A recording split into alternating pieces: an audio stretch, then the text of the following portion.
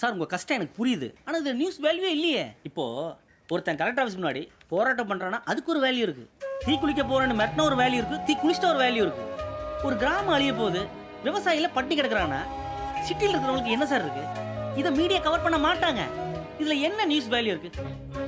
ஒரு பொட்டி கடைக்காரன் அடிச்சா கூட மொத்த பொட்டி கடைக்காரன்னு ஒன்ன வரான். ஒரு வட்டி கடைக்காரன் அடிச்சா மொத்த வட்டி கடைக்காரன்னு ஒன்ன வரான். ஆனா ஒரு கிராமத்தான அடிச்சா சிட்டில இருக்கிறவங்கள வர மாட்டாங்கல்ல. அரிசி பருப்பு காய்கறி கொத்தமல்லி கருவேப்பிலை வரைக்கும் கிராமத்துல இருந்து வரணும். ஆனா ஒரு கிராமத்தா செத்தான்னா மூக்கம் பிடிக்குவாங்களா? சிட்டில பைப்பை திறந்தா தண்ணி, அந்த தண்ணிக்காக விவசாயிக்கு போற கஷ்டம் அவங்களுக்கு எப்படி தெரியும்? தெரிய வைப்போம்.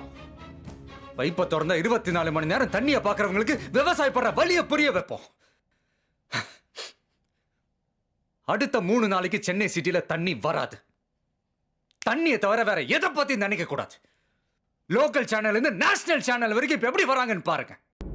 பணக்காரன் யூஸ் பண்ற ஒரு காண்டம்ல ஸ்ட்ராபெரி ஃபிளேவர் வேணும்னா ஒரு ஏழை குழந்தை தன்னோட வாழ்க்கையில ஸ்ட்ராபெரியை நினைச்சு பார்க்க முடியுமா?